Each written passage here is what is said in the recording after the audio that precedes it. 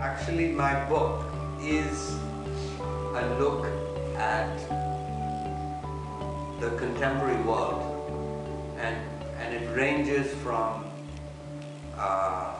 the moral failures. It's a story of moral failures in the world, but through the lens of this ancient epic, Mahabharata, which is a work of literature.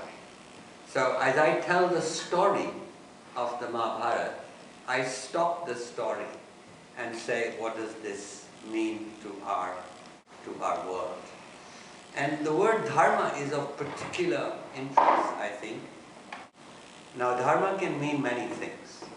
It can mean law, it can mean duty, it can mean virtue. But essentially, I mean, it also has philosophical meanings, like the dharma of fire is to burn, and that sort of meaning. But essentially, it means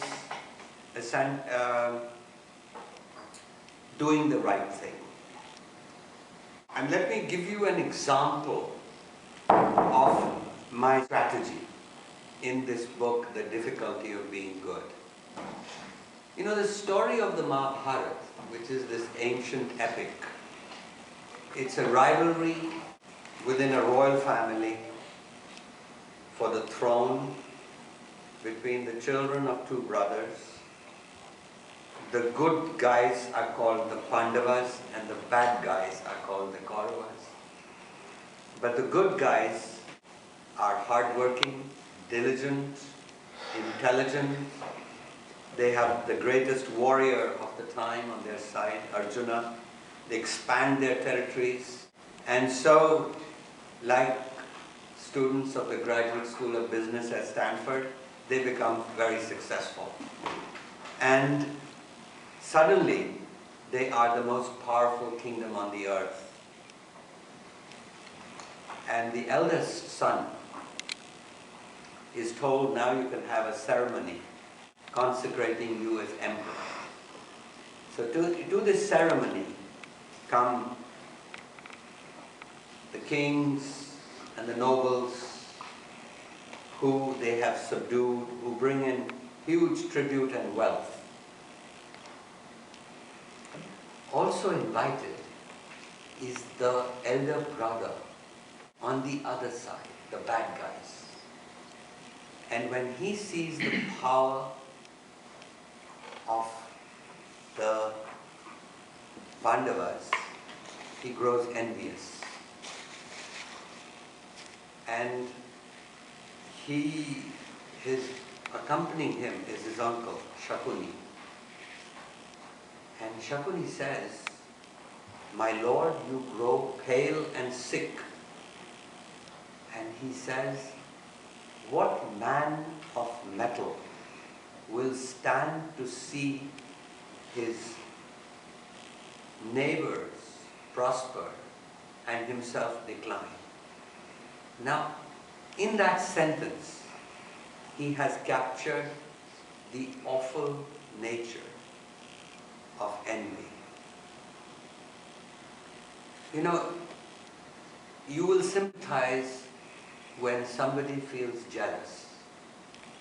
You know, jealousy is my fear that my friend will run away with my wife and I grow jealous. And you will sympathize with me. But envy, just because somebody is doing well, I feel bad, I feel diminished, is something we don't admit to, but we all suffer from it. And it comes in very early in life. I remember when I was 5 years old, and there was a young boy in our neighborhood who had a red toy engine. And I hated him for it. And one day when he was not looking, I broke it. They say if the sin of capitalism is greed, the sin of socialism is envy. And you have to read the novels in the Soviet Union of the 1920s and 1930s to see how that society was seething with envy. And when in this society where everybody had the same apartment, the same clothes and everything. One day, one woman got a tablecloth, which was very beautiful. They almost killed her because they could not tolerate her having that tablecloth. I wrote a piece in the Wall Street Journal last year in which I analyzed the global financial crisis through the lens of the classical and ancient Indian idea of Dharma. And my editor at Knopf, Random House, read it and said, why don't you expand this into a book called, it was called The Dharma of Capitalism. And that was the title. So I'm working on this book as a follow-up, actually, to this book, The Difficulty of Being Good.